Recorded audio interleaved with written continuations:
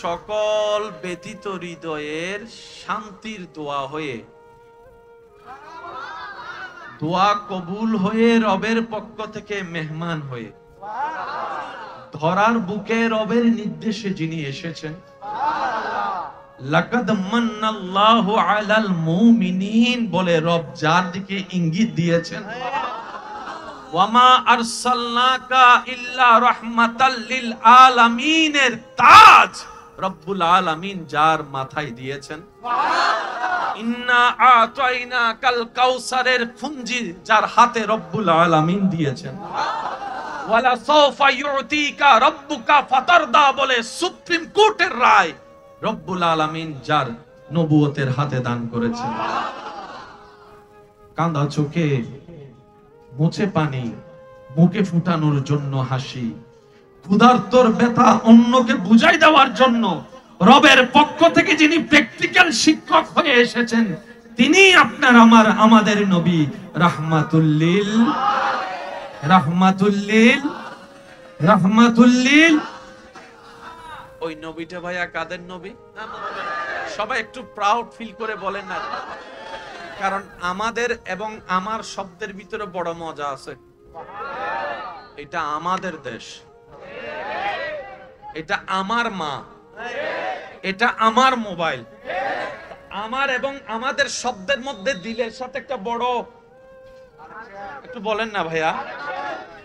বাংলাদেশকে আমরা এমনি গালি দিই যে ইচ্ছা মতো, কিন্তু বিদেশ যাওয়ার পরে যদি অন্য দেশের মানুষ আমাদের দেশকে সামান্যতম হেয় ঠাট্টা করে কথা বলে, প্রবাসী কোনো ভাই তাদেরকে ছাড় দেয় না, 2 পয়সা দামও দেয় না। প্রবাসী ভাইরা বলে যে আমার দেশটা আমি গালি দিব, যা মন আমি দিব, তুই দেওয়ার কে? একটু জোরে বলেন না কেন? দেশটা আমার দেশ, দেশটা আমাদের দেশ। আমার এবং আমাদের শব্দের ভিতরে বড় একটা চমৎকার একটা শান্তি। ছোট বাচ্চারা দেখবেন ঝগড়া করে, এ বলে আমার মা, এ বলে আমার মা, এ বলে আমার মামা, এ বলে আমার মামা। তো এই আমার এবং আমাদের শব্দটার দিকে একটু ফোকাস দিয়ে বলেন, নবী রাহমাতুল লিল আলামিন এটা কাদের নবী? আরে জোরে বলেন কাদের নবী? বিশ্ববাসীকে শান্তির রূপরেখা যিনি দেখিয়েছেন, তিনি কাদের নবী?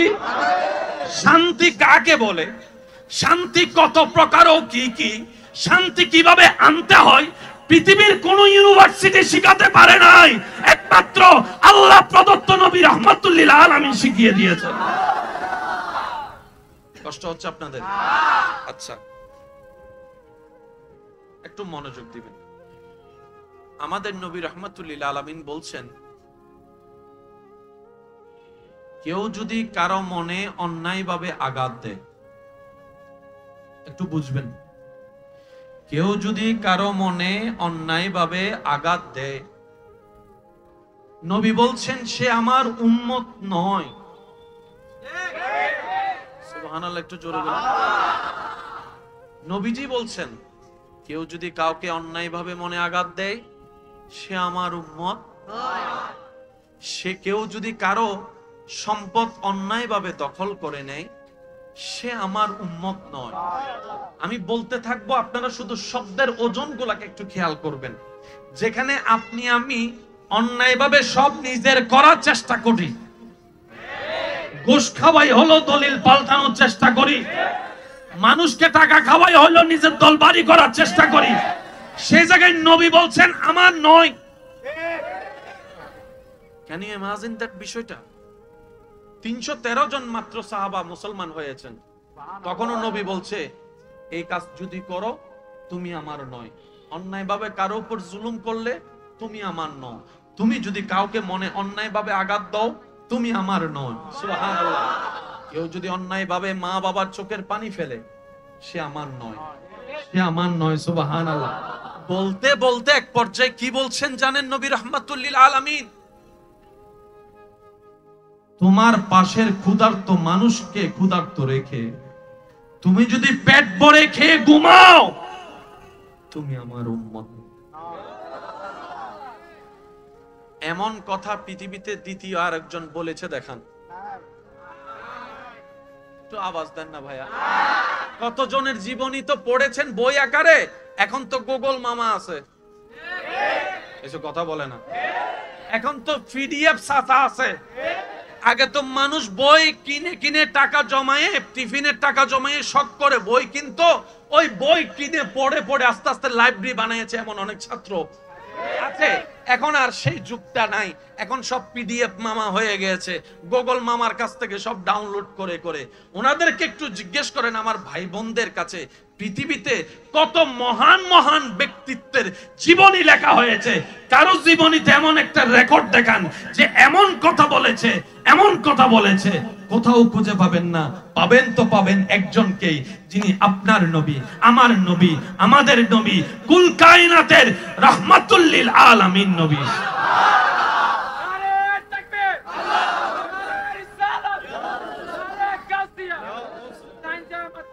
উচ্চ আওয়াজে বলেন সুবহানাল্লাহ।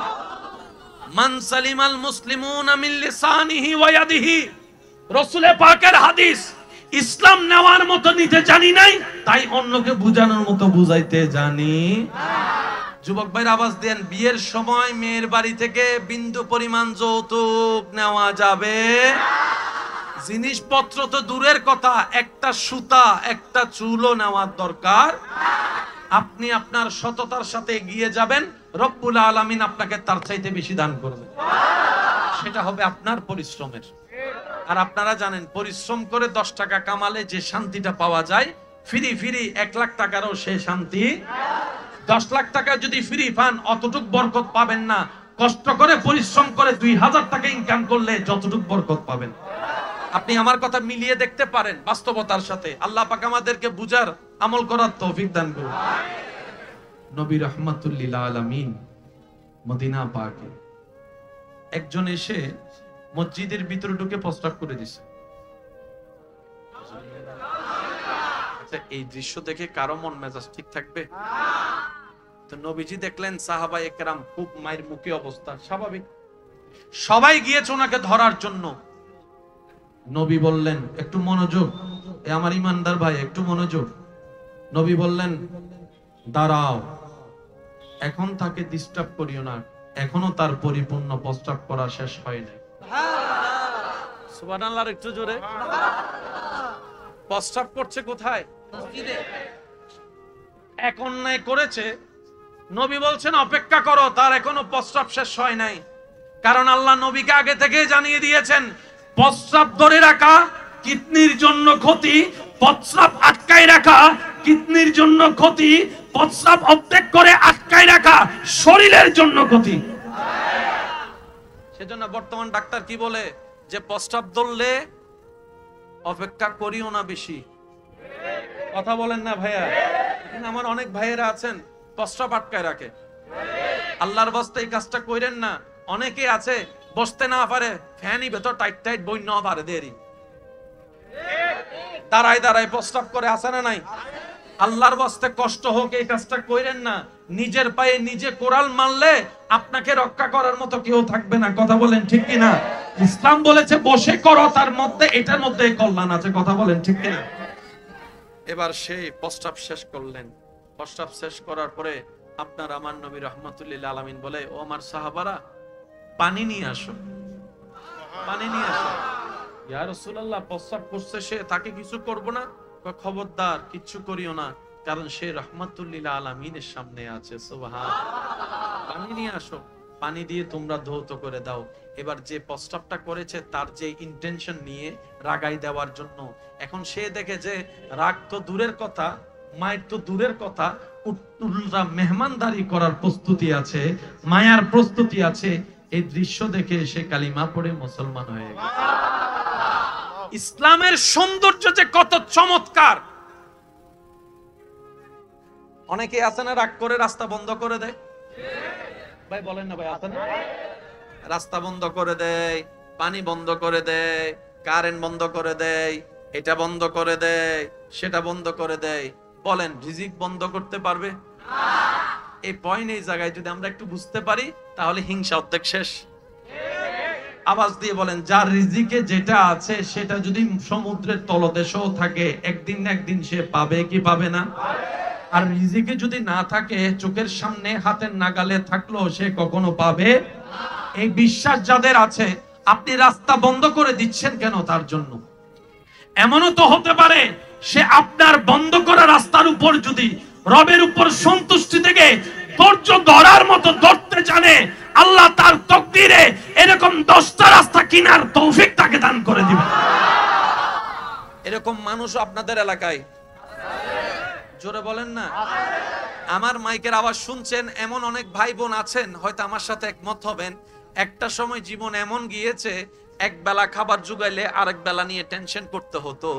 আজকে সে ভাইয়ের ঘরের মধ্যে দেখেন বাজারের অভাব নাই, ফ্রিজ ভর্তি বাজার আছে, পকেট ভর্তি টাকা আছে। জিজ্ঞেস করুন, উনি বলবে আমি পরিশ্রম করেছি, রবের উপর ভরসা রেখে করেছি। সুবহানাল্লাহ। আমি কখনো হার মানি নাই, আমি কখনো ব্যঙ্গে যাই নাই। জীবনের প্রত্যেকটা পরিস্থিতিতে আমি আলহামদুলিল্লাহ বলে রবের শুকরিয়া করে করে রবের উপর সন্তুষ্টি রেখে চোখ বন্ধ করে পথ চলতে গিয়েছি। আমার রাস্তা বন্ধ করে দেনওয়ালা রাস্তা বন্ধ করে দিয়েছে, পানি বন্ধ করনেওয়ালা পানি বন্ধ করেছে, কিন্তু আমার ধৈর্য আমাকে এমন মকামে পৌঁছায় দিয়েছে, বন্ধকারীরা নিচে পড়ে আছে, এখন আমাকে আল্লাহ তাদের উপরে তুলে দিয়েছে। এমনও রেকর্ড আছে না নাই? সেজন্য কথাই আছে, ধৈর্য ধারণকারী কখনো ফেল যায় না। সুবহানাল্লাহ কি বলা যাবে? নবীজির দরবারে একজন আসছে, ক্ষুধার্ত মানুষ, খাই নাই। ইয়া রাসূলুল্লাহ, আবার নবীজি বলে যে আমি নিজেও তো খাই নাই। একটু জোরে বলেন না ভাই, একটু মনোযোগ দিবেন প্লিজ, সবার মনোযোগ চাচ্ছি। বিশেষ করে আমার ইয়াং জেনারেশন ভাইয়েরা, কেমন নবী পেয়েছি আমরা। কে ক্ষুধার্ত জানেন? যিনি বললে জান্নাত থেকে খাবার চলে আসে। মন মতো হয় না, সুবহানাল্লাহ। যেই নবী জবান খুললেই জান্নাত থেকে খাবার চলে আসবে, সেই নবী ক্ষুধার্ত। ওই বেদুইন বলে যে ইয়া রাসূলুল্লাহ প্রচন্ড ক্ষুধা লাগছে।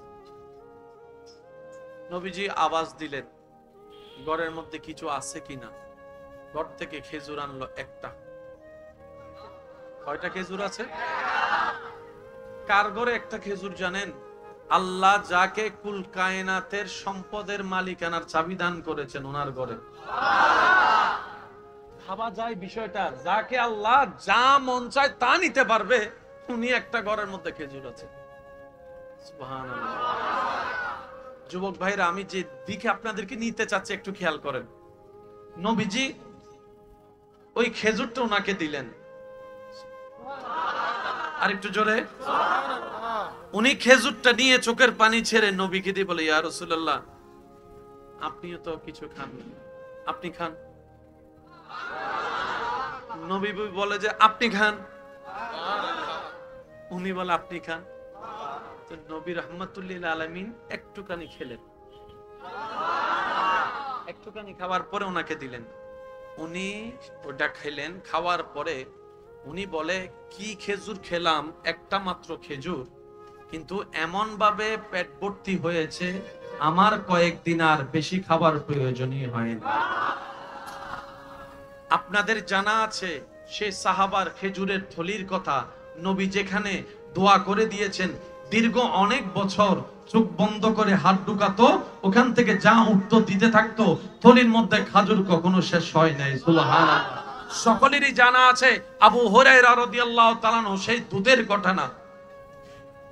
এক গ্লাস দুধ, ক্ষুধার্ত 70 জন, 71 জন, 72 জন। নবীজির দরবারে যখন হাদিয়া এক গ্লাস দুধ আসলো, নবীজি বললেন আবু হুরায়রা তুমিও ক্ষুধার্ত, আমিও ক্ষুধার্ত, তবে আমার কিছু আশেক পাগল আসহাবে সুফফা ওখানে ক্ষুধার্ত হয়ে পড়ে আছে, একটু তাদেরকে দিয়ে আসো। আবু হুরায়রা রাদিয়াল্লাহু তাআলা একবারও চিন্তা করলেন নাই 70 জন মানুষ এক গ্লাস দুধ দিয়ে, 70 জন মানুষের এক গ্লাস দুধ দিয়ে কেমনে কি হবে, কার কয়জনের পেট ভরবে, চিন্তা করে নাই।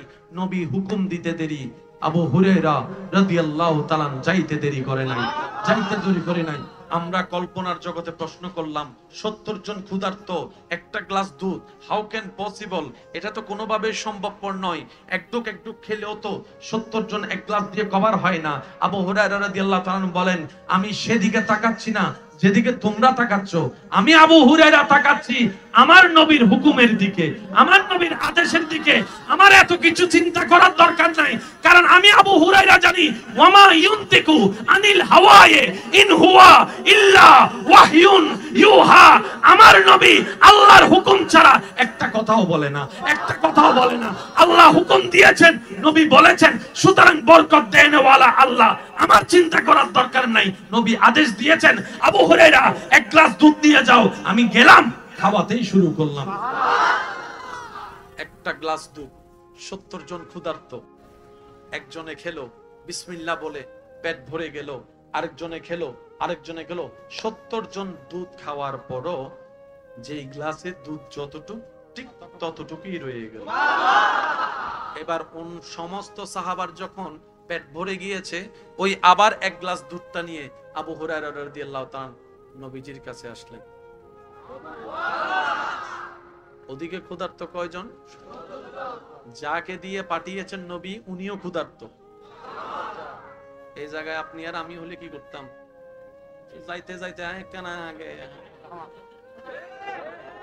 কথা বলেন না রে ভাই। আচ্ছা ফুরানো হইলো,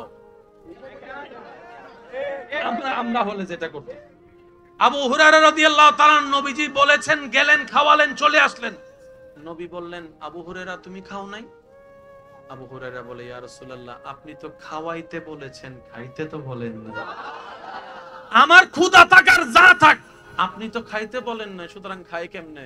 নবী মুস্কি হাসি বলে, আবু হুরায়রা খেতে থাকো, খেতে থাকো, যতক্ষণ তোমার ক্ষুধা নিবারণ না হয়। সুবহানাল্লাহ। খেতে থাকো, রবের নাম নিয়ে খেতে থাকো। আবু হুরায়রা রাদিয়াল্লাহু তাআলা বিসমিল্লাহ বলে খাওয়া শুরু করলেন। নবী বলে, আবার খাও। আবার খেলেন, আবার খাও, আবার খেলেন। খাইতে খাইতে খাইতে শেষ পর্যন্ত আবু হুরায়রা রাদিয়াল্লাহু তাআলা বলে, ইয়া রাসূলুল্লাহ, ইয়া রাসূলুল্লাহ, ইয়া রাসূলুল্লাহ, সুবহানাল্লাহ, ইয়া রাসূলুল্লাহ, আর পারবো না। এবার নবীজি নবুয়তের হাতে আল্লাহর হুকুমে দুধের গ্লাসটা নিয়ে পান করলেন। দুধ। সেই নবী ক্ষুধার্ত থাকাকে পছন্দ করেছেন, সেই নবী অভাবে থাকাকে পছন্দ করেছেন, সেই নবী কষ্টে থাকাকে পছন্দ করেছেন, সেই নবী দুঃখে থাকাটা পছন্দ করেছেন, সেই নবী অত্যাচার সহ্য করেছেন, সেই নবী রাস্তা বন্ধ হওয়া সহ্য করেছেন, সেই নবী পানির তৃষ্ণা সহ্য করেছেন, সেই নবী ক্ষুধার যন্ত্রণা সহ্য করেছেন, সেই নবী নিজের বাবার জন্মভূমি ছেড়ে, নিজের জন্মভূমি ছেড়ে চলে যাওয়াটাকে উনি আপন করে নিয়েছেন। ইয়া রাসূলুল্লাহ, কেন? আপনি একবার হুকুম দিলে তো মাটি স্বর্ণ হয়ে যায়। সুবহানাল্লাহ।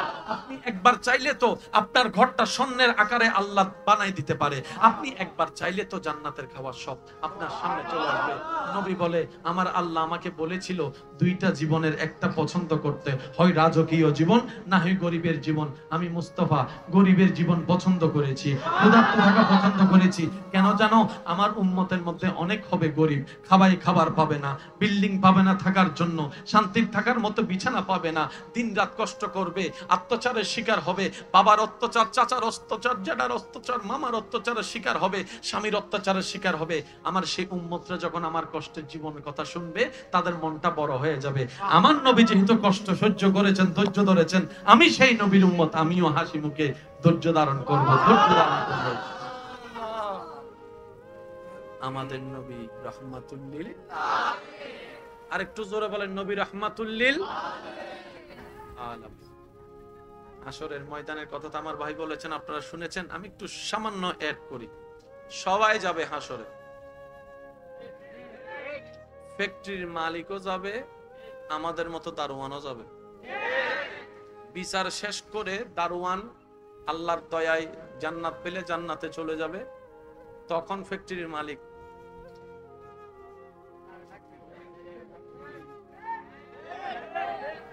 শুনিনি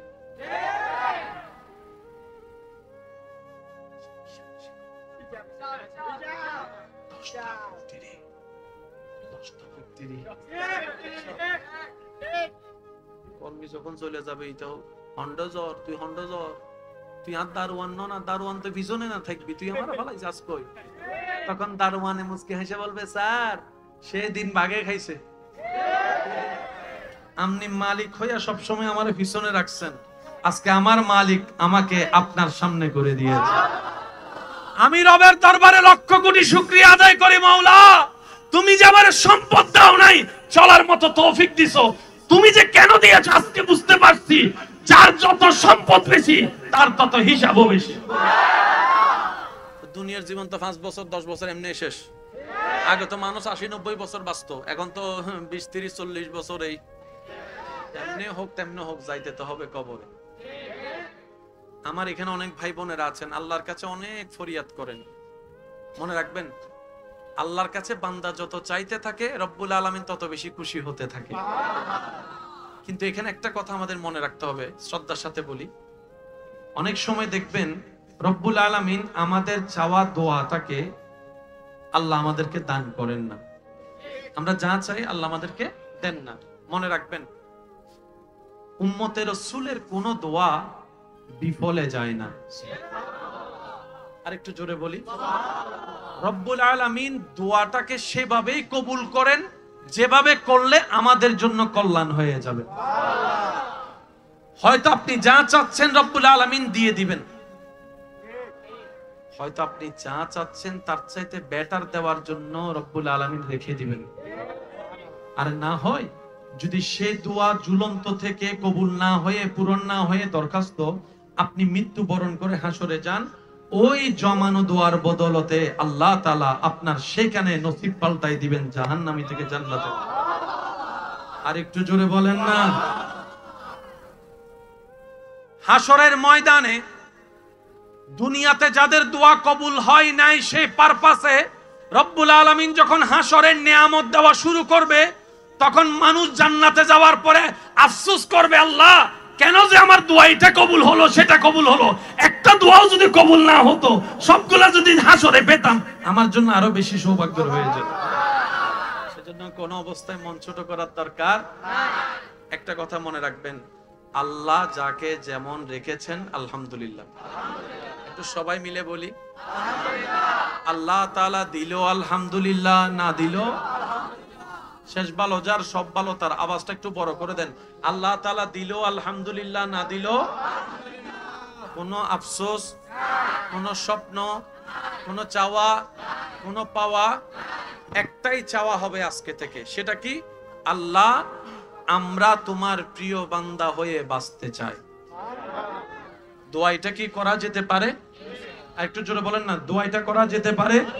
আল্লাহ বেশি কিছু চাই না, তোমার প্রিয় বান্দা হয়ে বাঁচতে চাই, তোমার প্রিয় বান্দা হয়ে কবরে যেতে চাই, তোমার প্রিয় বান্দা হয়ে হাসরের ময়দানে উঠতে চাই। কথা বলেন ঠিক কিনা? কারণ রব যখন বান্দাকে কবুল করে আপন করে প্রিয় বানিয়ে নিবে, সৃষ্টি জগৎ আল্লাহ তাআলা তার কদমের মধ্যে নিয়ে আসে। সুবহানাল্লাহ। একটু জোরে বলা যাবে? কালকে জুমা আছে না ভাইয়া? বলেন না আছে না? সবাই যাবেন তো ইনশাআল্লাহ? কয় রাকাত? এজো হদ্দে 2 রাকাত। এজো হদ্দে 2 রাকাত। আগে কিছু আছে না? বলেন আছে না? ওই ভাই আগে কিছু আছে না? পরও কিছু আছে না? আবার জোহরের কিছু আছে না? 2 তো অনেক দিন হইছে, একটু বাড়ান না। আমার অনেক ভাই আছেন ওই একামতের অপেক্ষা করে। একামত দিলে আমার মিস কল দিস আছে না? সপ্তাহে একটা দিন আমরা কি এই 20টা মিনিট দিতে পারি না ভাইয়া? 12টা 10 15 20-এর মধ্যে আজান দিয়ে দেয়। আপনি আমি যদি 11:30টার ভিতর গোসল করে চা করার পরে প্রস্তুত হয়ে নি, হ্যাঁ, তাহলে তো 12টা 10 15-এর ভিতর মোটামুটি নামাজের জন্য প্রস্তুত। বসে রইলেন, মসজিদের মিনার থেকে যখন আওয়াজটা আসবে,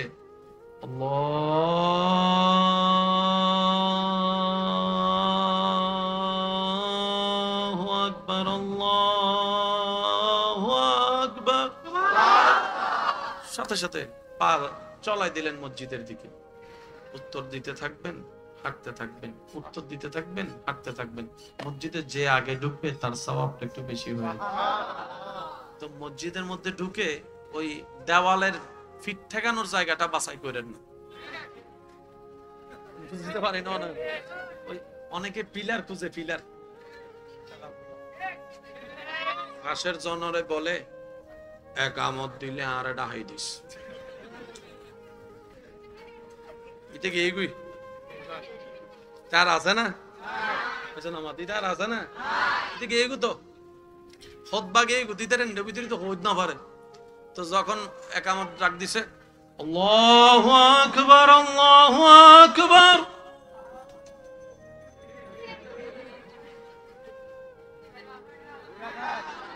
আনা আসসালামু আলাইকুম ওয়া রাহমাতুল্লাহ, আসসালামু আলাইকুম ওয়া রাহমাতুল্লাহ, আল্লাহুম্মা জুতাইন হো জুতা।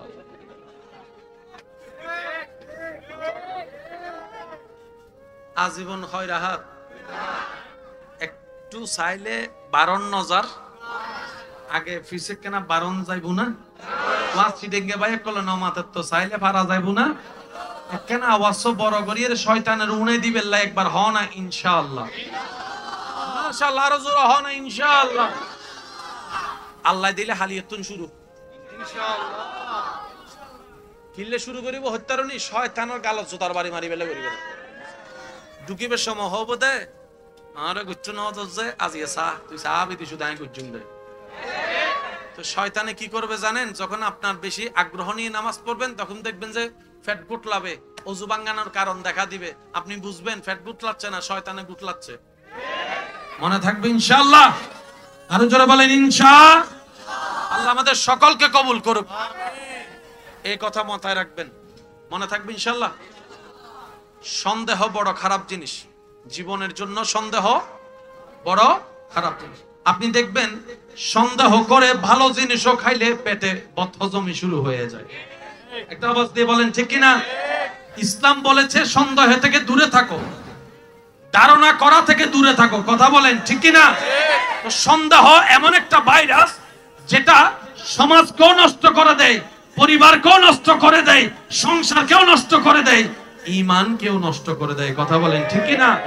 সেজন্য সন্দেহ শয়তানের পক্ষ থেকে আছে। আমি প্রত্যেকটা সম্পর্কের মানুষকে বলবো কেউ কাউকে যেন সন্দেহ আমরা না করি। সন্দেহ করলে স্বামী স্ত্রীর সম্পর্ক কখনো টিকবে, ভাই ভাইয়ের সম্পর্ক টিকবে, বন্ধু বন্ধুর সম্পর্ক টিকবে, কারণ সন্দেহ আসে ফেরেশতা থেকে না শয়তান থেকে। আল্লাহ তাআলা আমাদের সবাইকে বুঝার তৌফিক দান করুন। সকল ব্যতীত হৃদয়ের শান্তির দোয়া হয়ে, দোয়া কবুল হয়ে রবের পক্ষ থেকে মেহমান হয়ে, ধরার বুকে রবের নির্দেশে যিনি এসেছেন, লাকাদ মান্নাল্লাহু আলাল মুমিনিন বলে রব যার দিকে ইঙ্গিত দিয়েছেন, ওয়ামা আরসালনাকা ইল্লা রাহমাতাল লিল আলামিনের তাজ রব্বুল আলামিন যার মাথায় দিয়েছেন, ইন্না আতাইনাকাল কাউসারের পুঞ্জি যার হাতে রব্বুল আলামিন দিয়েছেন, ওয়ালা সাওফা ইউতিকা রাব্বুকা ফাতারদা বলে সুপ্রিম কোর্টের রায় রব্বুল আলামিন যার নবুয়তের হাতে দান করেছেন। কাঁদা চোখে মুছে পানি, মুখে ফুটানোর জন্য হাসি, ক্ষুধার্তর ব্যথা অন্যকে বুঝাই দেওয়ার জন্য রবের পক্ষ থেকে যিনি প্র্যাকটিক্যাল শিক্ষক হয়ে এসেছেন তিনি আপনার আমার আমাদের নবী রাহমাতুল্লিল রাহমাতুল্লিল রাহমাতুল্লিল। ওই নবীটা ভাইয়া কাদের নবী? সবাই একটু প্রাউড ফিল করে বলেন না, কারণ আমাদের এবং আমার শব্দের ভিতরে বড় মজা আছে। এটা আমাদের দেশ, এটা আমার মা, এটা আমার মোবাইল, আমার এবং আমাদের শব্দের মধ্যে দিলের সাথে একটা বড়, একটু বলেন না ভাইয়া। বাংলাদেশকে আমরা এমনি গালি দিই যে ইচ্ছা মতো, কিন্তু বিদেশ যাওয়ার পরে যদি অন্য দেশের মানুষ আমাদের দেশকে সামান্যতম হেয় ঠাট্টা করে কথা বলে, প্রবাসী কোনো ভাই তাদেরকে ছাড় দেয় না, 2 পয়সা দামও দেয় না। প্রবাসী ভাইরা বলে যে আমার দেশটা আমি গালি দিব, যা মন চায় আমি দিব, তুই দেওয়ার কে? একটু জোরে বলেন না কেন? দেশটা আমার দেশ, দেশটা আমাদের দেশ। আমার এবং আমাদের শব্দের ভিতরে বড় একটা চমৎকার একটা শান্তি। ছোট বাচ্চারা দেখবেন ঝগড়া করে, এ বলে আমার মা, এ বলে আমার মা, এ বলে আমার মামা, এ বলে আমার মামা। তো এই আমার এবং আমাদের শব্দটার দিকে একটু ফোকাস দিয়ে বলেন, নবী রাহমাতুল লিল আলামিন এটা কাদের নবী? আরে জোরে বলেন কাদের নবী? বিশ্ববাসীকে শান্তির রূপরেখা যিনি দেখিয়েছেন তিনি কাদের নবী? শান্তি কাকে বলে, শান্তি কত প্রকার ও কি কি, শান্তি কিভাবে আনতে হয় পৃথিবীর কোন ইউনিভার্সিটি শিখাতে পারে নাই, একমাত্র আল্লাহ প্রদত্ত নবী রাহমাতুল লিল আলামিন শিখিয়ে দিয়েছেন। কষ্ট হচ্ছে আপনাদের? আচ্ছা একটু মনোযোগ দিবেন। আমাদের নবী রাহমাতুল লিল আলামিন বলছেন, কেউ যদি কারো মনে অন্যায়ভাবে আঘাত দেয়, একটু বুঝবেন, কেউ যদি কারো মনে অন্যায়ভাবে আঘাত দেয়, নবী বলছেন সে আমার উম্মত নয়। সুবহানাল্লাহ, একটু জোরে বলুন। নবীজি বলছেন কেউ যদি কাউকে অন্যায়ভাবে মনে আঘাত দেয় সে আমার উম্মত নয়। সে কেউ যদি কারো সম্পদ অন্যায়ভাবে দখল করে নেয় সে আমার উম্মত নয়। আমি বলতে থাকবো, আপনারা শুধু শব্দের ওজনগুলোকে একটু খেয়াল করবেন। যেখানে আপনি আমি অন্যায়ভাবে সব নিজের করার চেষ্টা করি, ঘুষ খাওয়াই হলো দলিল পাল্টানোর চেষ্টা করি, মানুষকে টাকা খাওয়াই হলো নিজের দল বাড়ি করার চেষ্টা করি, সেই জায়গায় নবী বলছেন আমার নয়। ক্যান ইউ ইমাজিন দ্যাট বিষয়টা? 313 জন মাত্র সাহাবা মুসলমান হয়েছেন, তখনও নবী বলছে এই কাজ যদি করো তুমি আমার নয়। অন্যায়ভাবে কারো উপর জুলুম করলে তুমি আমার নয়। তুমি যদি কাউকে মনে অন্যায়ভাবে আঘাত দাও তুমি আমার নয়। সুবহানাল্লাহ। কেউ যদি অন্যায়ভাবে মা বাবার চোখের পানি ফেলে সে আমার নয়, সে আমার নয়। সুবহানাল্লাহ। বলতে বলতে এক পর্যায়ে কি বলছেন জানেন নবী রাহমাতুল লিল আলামিন? তোমার পাশের ক্ষুধার্ত মানুষকে ক্ষুধার্ত রেখে তুমি যদি পেট ভরে খেয়ে ঘুমাও তুমি আমার উম্মত। এমন কথা পৃথিবীতে দ্বিতীয় আরেকজন বলেছে দেখান? একটু আওয়াজ দেন না ভাইয়া।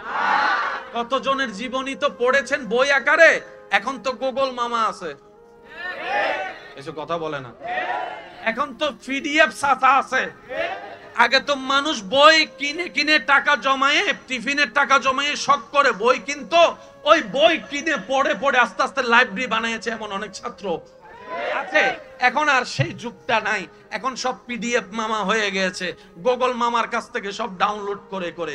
ওনাদেরকে একটু জিজ্ঞেস করেন আমার ভাই বোনদের কাছে, পৃথিবীতে কত মহান মহান ব্যক্তিত্বের জীবনী লেখা হয়েছে, কারো জীবনীতে এমন একটা রেকর্ড দেখান যে এমন কথা বলেছে, এমন কথা বলেছে, কোথাও খুঁজে পাবেন না। পাবেন তো পাবেন একজনকেই, যিনি আপনার নবী, আমার নবী, আমাদের নবী, কুল কায়নাতের রাহমাতুল লিল আলামিন নবী।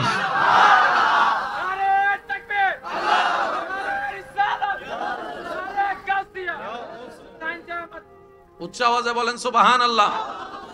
মান সালিমাল মুসলিমুনা মিন লিসানিহি ওয়া ইয়াদিহি। রাসূলে পাকের হাদিস, ইসলাম নেওয়ার মতো নিতে জানি নাই, তাই অন্যকে বুঝানোর মতো বুঝাইতে জানি। যুবক ভাইরা আওয়াজ দেন, বিয়ের সময় মেয়ের বাড়ি থেকে বিন্দু পরিমাণ যৌতুক নেওয়া যাবে? জিনিসপত্র তো দূরের কথা, একটা সুতা একটা চুলও নেওয়ার দরকার। আপনি আপনার সততার সাথে এগিয়ে যাবেন, রব্বুল আলামিন আপনাকে তার চাইতে বেশি দান করবেন। সেটা হবে আপনার পরিশ্রমের। আর আপনারা জানেন পরিশ্রম করে 10 টাকা কামালে যে শান্তিটা পাওয়া যায়, ফ্রি ফ্রি 1 লাখ টাকারও সে শান্তি। 10 লাখ টাকা যদি ফ্রি পান অতটুক বরকত পাবেন না, কষ্ট করে পরিশ্রম করে 2000 টাকা ইনকাম করলে যতটুক বরকত পাবেন। আপনি আমার কথা মিলিয়ে দেখতে পারেন বাস্তবতার সাথে। আল্লাহ পাক আমাদেরকে বুঝার আমল করার তৌফিক দান করুন। নবী রাহমাতুল লিল আলামিন মদিনা পাকে একজন এসে মসজিদের ভিতরে ঢুকে প্রস্রাব করে দিছে। আচ্ছা, এই দৃশ্য দেখে কারো মন মেজাজ ঠিক থাকবে? তো নবীজি দেখলেন সাহাবায়ে কেরাম খুব মায়ের মুখী অবস্থা, স্বাভাবিক, সবাই গিয়েছে ওনাকে ধরার জন্য। নবী বললেন একটু মনোযোগ, এ আমার ইমানদার ভাই একটু মনোযোগ। নবী বললেন দাঁড়াও, এখন তাকে ডিস্টার্ব করিও না, এখনো তার পরিপূর্ণ প্রস্রাব করা শেষ হয়নি। সুবহানাল্লাহ, একটু জোরে। প্রস্রাব করছে কোথায়? মসজিদে। এক অন্যায় করেছে, নবী বলছেন অপেক্ষা করো, তার এখনো প্রস্রাব শেষ হয় নাই। কারণ আল্লাহ নবীকে আগে থেকে জানিয়ে দিয়েছেন প্রস্রাব ধরে রাখা কিডনির জন্য ক্ষতি, প্রস্রাব আটকায় রাখা কিডনির জন্য ক্ষতি, প্রস্রাব অর্ধেক করে আটকায় রাখা শরীরের জন্য ক্ষতি। সেজন্য বর্তমান ডাক্তার কি বলে যে প্রস্রাব ধরলে অপেক্ষা করিও না বেশি। কথা বলেন না ভাইয়া? আমার অনেক ভাইয়েরা আছেন প্রস্রাব আটকায় রাখে।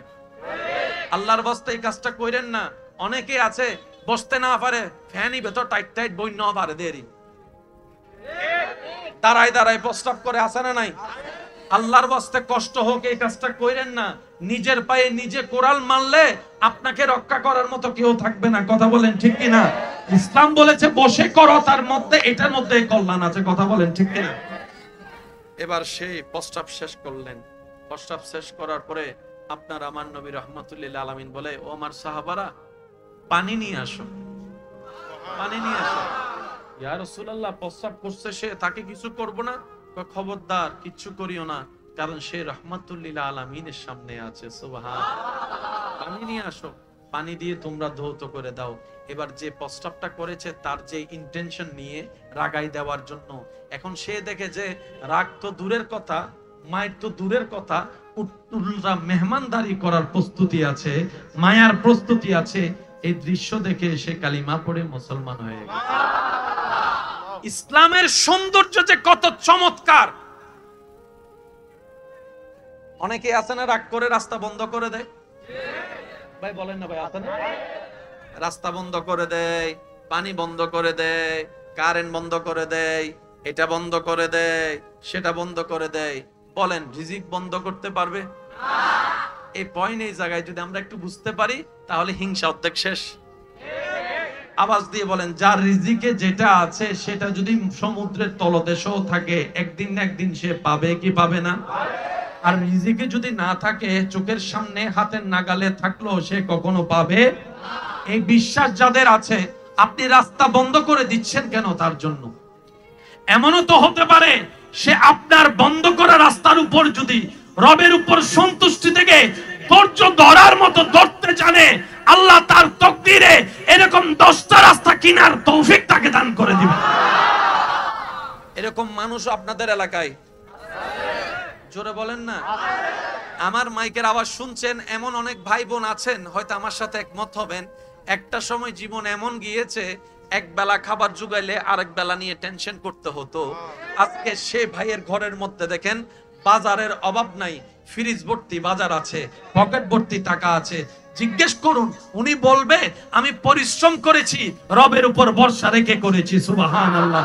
আমি কখনো হার মানি নাই, আমি কখনো ব্যঙ্গে যাই নাই। জীবনের প্রত্যেকটা পরিস্থিতিতে আমি আলহামদুলিল্লাহ বলে রবের শুকরিয়া করে করে রবের উপর সন্তুষ্টি রেখে চোখ বন্ধ করে পথ চলতে গিয়েছি। আমার রাস্তা বন্ধ করে দেনওয়ালা রাস্তা বন্ধ করে দিয়েছে, পানি বন্ধ করনেওয়ালা পানি বন্ধ করেছে, কিন্তু আমার ধৈর্য আমাকে এমন মকামে পৌঁছায় দিয়েছে, বন্ধকারীরা নিচে পড়ে আছে, এখন আমাকে আল্লাহ তাদের উপরে তুলে দিয়েছে। এমনও রেকর্ড আছে না নাই? সেজন্য কথাই আছে, ধৈর্য ধারণকারী কখনো ফেল যায় না। সুবহানাল্লাহ কি বলা যাবে? নবীজির দরবারে একজন আসছে, ক্ষুধার্ত মানুষ, খাই নাই। ইয়া রাসূলুল্লাহ, আবার নবীজি বলে যে আমি নিজেও তো খাই নাই। একটু জোরে বলেন না ভাই, একটু মনোযোগ দিবেন প্লিজ, সবার মনোযোগ চাচ্ছি, বিশেষ করে আমার ইয়াং জেনারেশন ভাইয়েরা। কেমন নবী পেয়েছি আমরা। কে ক্ষুধার্ত জানেন? যিনি বললে জান্নাত থেকে খাবার চলে আসে। মন মতো হয় না, সুবহানাল্লাহ। যে নবী জবান খুললে জান্নাত থেকে খাবার চলে আসবে, সেই নবী ক্ষুধার্ত। ওই বেদুইন বলে যে ইয়া রাসূলুল্লাহ প্রচন্ড ক্ষুধা লাগছে। নবীজি আওয়াজ দিলেন ঘরের মধ্যে কিছু আছে কিনা। ঘর থেকে খেজুর আনলো একটা। কয়টা খেজুর আছে? কার ঘরে একটা খেজুর জানেন? আল্লাহ যাকে কুল কায়নাতের সম্পদের মালিকানার চাবি দান করেছেন ওনার ঘরে। ভাবা যায় বিষয়টা, যাকে আল্লাহ যা মন চায় তা নিতে পারবে, উনি একটা ঘরের মধ্যে খেজুর আছে। সুবহানাল্লাহ। যুবক ভাইরা, আমি যে দিকে আপনাদেরকে নিতে চাচ্ছি একটু খেয়াল করেন। নবীজি ওই খেজুরটা ওনাকে দিলেন। আর একটু জোরে। উনি খেজুরটা নিয়ে চোখের পানি ছেড়ে নবীকে দিয়ে বলে ইয়া রাসূলুল্লাহ আপনিও তো কিছু খান, আপনি খান। নবী বলে যে আপনি খান। উনি বলে আপনি খান। তো নবী রাহমাতুল্লিল আলামিন একটুখানি খেলেন। একটুখানি খাওয়ার পরে ওনাকে দিলেন। উনি ওটা খেলেন। খাওয়ার পরে উনি বলে কি খেজুর খেলাম, একটা মাত্র খেজুর, কিন্তু এমন ভাবে পেট ভর্তি হয়েছে আমার কয়েকদিন আর বেশি খাবার প্রয়োজনই হয় না। আপনাদের জানা আছে সেই সাহাবার খেজুরের থলির কথা। নবী যেখানে দোয়া করে দিয়েছেন, দীর্ঘ অনেক বছর চোখ বন্ধ করে হাত ঢুকাতো, ওখান থেকে যা উঠতো দিতে থাকতো। থলির মধ্যে খাজুর কখনো শেষ হয় নাই। সুবহানাল্লাহ। সকলেরই জানা আছে আবু হুরায়রা রাদিয়াল্লাহু তাআলা আনহু সেই দুধের ঘটনা। এক গ্লাস দুধ, ক্ষুধার্ত 70 জন, 71 জন, 72 জন। নবীজির দরবারে যখন হাদিয়া এক গ্লাস দুধ আসলো, নবীজি বললেন আবু হুরায়রা তুমিও ক্ষুধার্ত, আমিও ক্ষুধার্ত, তবে আমার কিছু আশেক পাগল আসহাবে সুফফা ওখানে ক্ষুধার্ত হয়ে পড়ে আছে, একটু তাদেরকে দিয়ে আসো। আবু হুরায়রা রাদিয়াল্লাহু তাআলা একবারও চিন্তা করলেন নাই 70 জন মানুষ এক গ্লাস দুধ দিয়ে, 70 জন মানুষের এক গ্লাস দুধ দিয়ে কেমনে কি হবে, কার কয়জনের পেট ভরবে, চিন্তা করে নাই। নবী হুকুম দিতে দেরি, আবু হুরায়রা রাদিয়াল্লাহু তাআলা যাইতে দেরি করে নাই, যাইতে দেরি করে নাই। আমরা কল্পনার জগতে প্রশ্ন করলাম 70 জন ক্ষুধার্ত, একটা গ্লাস দুধ, হাউ ক্যান পসিবল? এটা তো কোনোভাবে সম্ভবপর নয়। একটুক একটুক খেলেও তো 70 জন এক গ্লাস দিয়ে কভার হয় না। আবু হুরায়রা রাদিয়াল্লাহু তাআলা বলেন আমি সেদিকে তাকাচ্ছি না যেদিকে তোমরা তাকাচ্ছ, আমি আবু হুরায়রা তাকাচ্ছি আমার নবীর হুকুমের দিকে, আমার নবীর আদেশের দিকে। আমার এত কিছু চিন্তা করার দরকার নাই, কারণ আমি আবু হুরায়রা জানি ওয়ামা ইউনতিকু আনিল হাওয়ায়ে ইন হুয়া ইল্লা ওয়াহয়ুন ইউহা। আমার নবী আল্লাহর হুকুম ছাড়া একটা কথাও বলে না, একটা কথাও বলে না। আল্লাহ হুকুম দিয়েছেন, নবী বলেছেন, সুতরাং বরকত দেনওয়ালা আল্লাহ, আমার চিন্তা করার দরকার নাই। নবী আদেশ দিয়েছেন আবু হুরায়রা এক গ্লাস দুধ নিয়ে যাও, আমি গেলাম, খাওয়াতেই শুরু করলাম। একটা গ্লাস দুধ, 70 জন ক্ষুধার্ত, একজনে খেলো বিসমিল্লাহ বলে পেট ভরে গেল, আরেকজনে খেলো, আরেকজনে গেল। 70 জন দুধ খাওয়ার পরও যে গ্লাসে দুধ যতটুকু ঠিক ততটুকুই রয়ে গেল। এবার সমস্ত সাহাবার যখন পেট ভরে গিয়েছে, ওই আবার এক গ্লাস দুধটা নিয়ে আবু হুরায়রা রাদিয়াল্লাহু তাআলা নবীজির কাছে আসলেন। ওদিকে ক্ষুধার্ত কয়জন? যাকে দিয়ে পাঠিয়েছেন নবী উনিও ক্ষুধার্ত। এই জায়গায় আপনি আর আমি হলে কি করতাম? যাইতে যাইতে কেন আগে কথা বলেন না রে ভাই। আচ্ছা ফুরানো হইলো, আমরা হলে যেটা করতাম। আবু হুরায়রা রাদিয়াল্লাহু তাআলা নবীজি বলেছেন, গেলেন, খাওয়ালেন, চলে আসলেন। নবী বললেন আবু হুরায়রা তুমি খাও নাই? আবু হুরায়রা বলে ইয়া রাসূলুল্লাহ আপনি তো খাওয়াইতে বলেছেন, খাইতে তো বলেন না। আমার ক্ষুধা থাকার যা থাক, আপনি তো খাইতে বলেন না, সুতরাং খাই কেমনে? নবী মুস্কি হাসি বলে আবু হুরায়রা খেতে থাকো, খেতে থাকো যতক্ষণ তোমার ক্ষুধা নিবারণ না হয়। সুবহানাল্লাহ। খেতে থাকো, রবের নাম নিয়ে খেতে থাকো। আবু হুরায়রা রাদিয়াল্লাহু তাআলা বিসমিল্লাহ বলে খাওয়া শুরু করলেন, নবী বলে আবার খাও, আবার খেলেন, আবার খাও, আবার খেলেন। খাইতে খাইতে খাইতে শেষ পর্যন্ত আবু হুরায়রা রাদিয়াল্লাহু তাআলা বলে ইয়া রাসূলুল্লাহ, ইয়া রাসূলুল্লাহ, ইয়া রাসূলুল্লাহ, সুবহানাল্লাহ, ইয়া রাসূলুল্লাহ, আর পারবো না। এবার নবীজি নবুয়তের হাতে আল্লাহর হুকুমে দুধের গ্লাসটা নিয়ে পান করলেন, দুধ। সেই নবী ক্ষুধার্ত থাকাকে পছন্দ করেছেন, সেই নবী অভাবে থাকাকে পছন্দ করেছেন, সেই নবী কষ্টে থাকাকে পছন্দ করেছেন, সেই নবী দুঃখে থাকাটা পছন্দ করেছেন, সেই নবী অত্যাচার সহ্য করেছেন, সেই নবী রাস্তা বন্ধ হওয়া সহ্য করেছেন, সেই নবী পানির তৃষ্ণা সহ্য করেছেন, সেই নবী ক্ষুধার যন্ত্রণা সহ্য করেছেন, সেই নবী নিজের বাবার জন্মভূমি ছেড়ে, নিজের জন্মভূমি ছেড়ে চলে যাওয়াটাকে উনি আপন করে নিয়েছেন। ইয়া রাসূলুল্লাহ, কেন? আপনি একবার হুকুম দিলে তো মাটি স্বর্ণ হয়ে যায়। সুবহানাল্লাহ। আপনি একবার চাইলে তো আপনার ঘরটা স্বর্ণের আকারে আল্লাহ বানাই দিতে পারে। আপনি একবার চাইলে তো জান্নাতের খাবার সব আপনার সামনে চলে আসবে।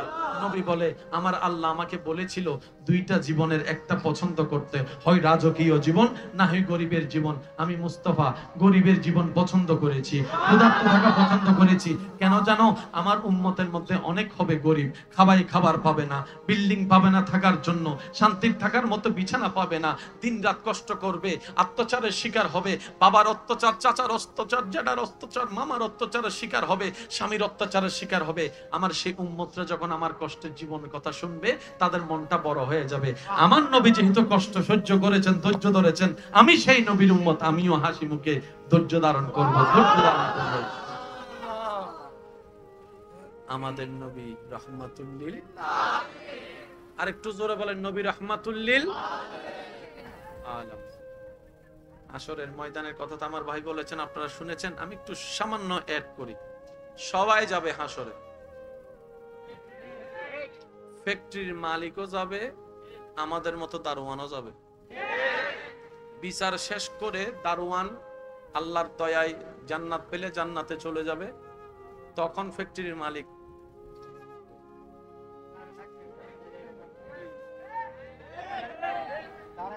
শুনিনি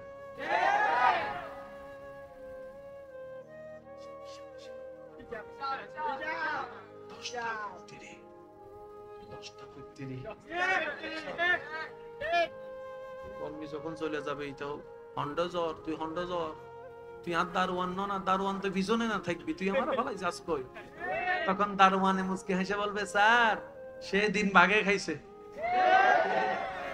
আপনি মালিক হইয়া সবসময় আমার পিছনে রাখছেন, আজকে আমার মালিক আমাকে আপনার সামনে করে দিয়েছে। আমি রবের দরবারে লক্ষ কোটি শুকরিয়া আদায় করি, মাওলা তুমি যে আমার সম্পদ দাও নাই, চলার মতো তৌফিক দিছো, তুমি যে কেন দিয়েছো আজকে বুঝতে পারছি। যার যত সম্পদ বেশি তার তত হিসাবও বেশি।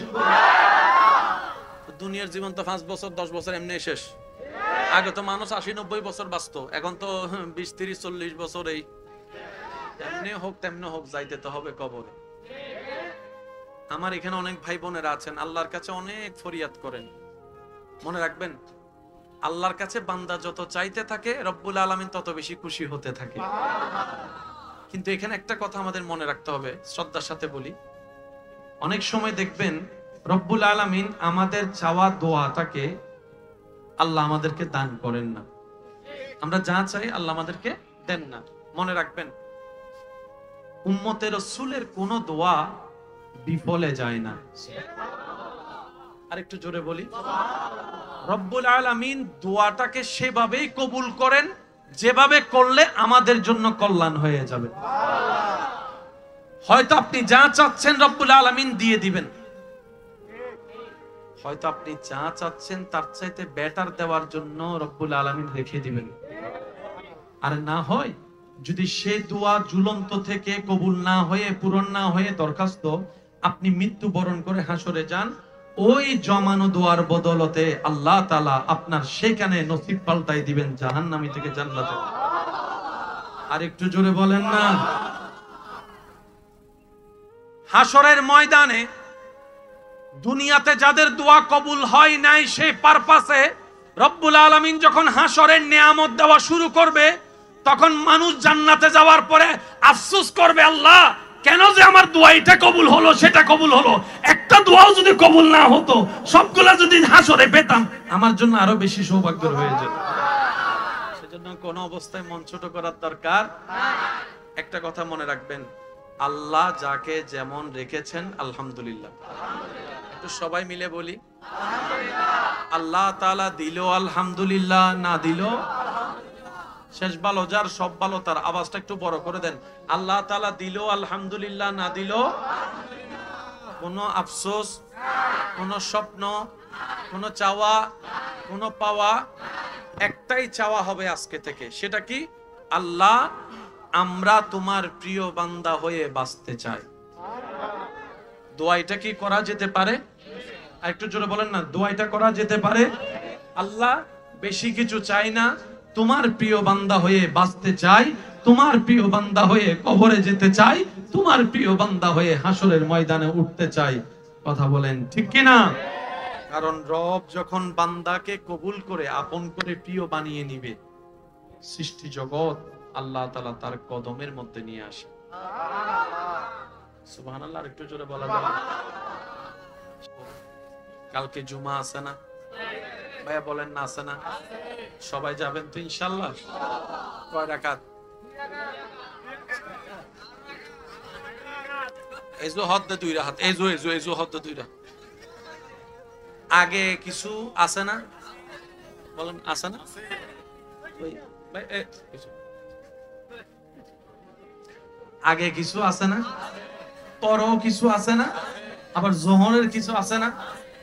2 তো অনেক দিন হইছে, একটু বাড়ান না। আমার অনেক ভাই আছেন ওই একামতের অপেক্ষা করে, একামত দিলে আমার মিস কল দিস আছে না? সপ্তাহে একটা দিন আমরা কি এই 20টা মিনিট দিতে পারি না ভাইয়া? 12টা 10 15 20-এর মধ্যে আজান দিয়ে দেয়। আপনি আমি যদি 11:30টার ভিতর গোসল করে চা করার পরে প্রস্তুত হয়ে নি, হ্যাঁ, তাহলে তো 12টা 10 15-এর ভিতর মোটামুটি নামাজের জন্য প্রস্তুত। বসে রইলেন, মসজিদের মিনার থেকে যখন আওয়াজটা আসবে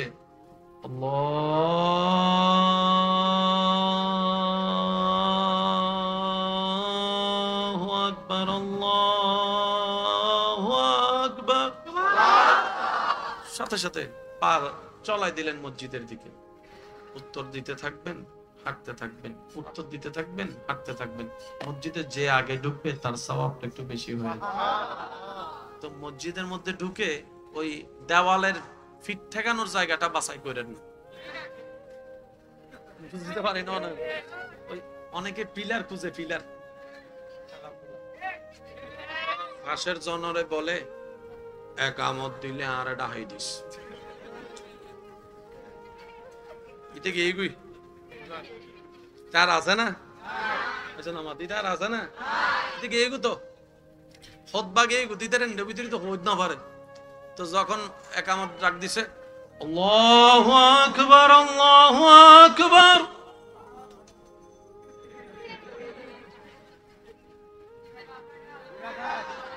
আনা আসসালামু আলাইকুম ওয়া রাহমাতুল্লাহ, আসসালামু আলাইকুম ওয়া রাহমাতুল্লাহ, আল্লাহুম্মা জুতাইন হো জুতা।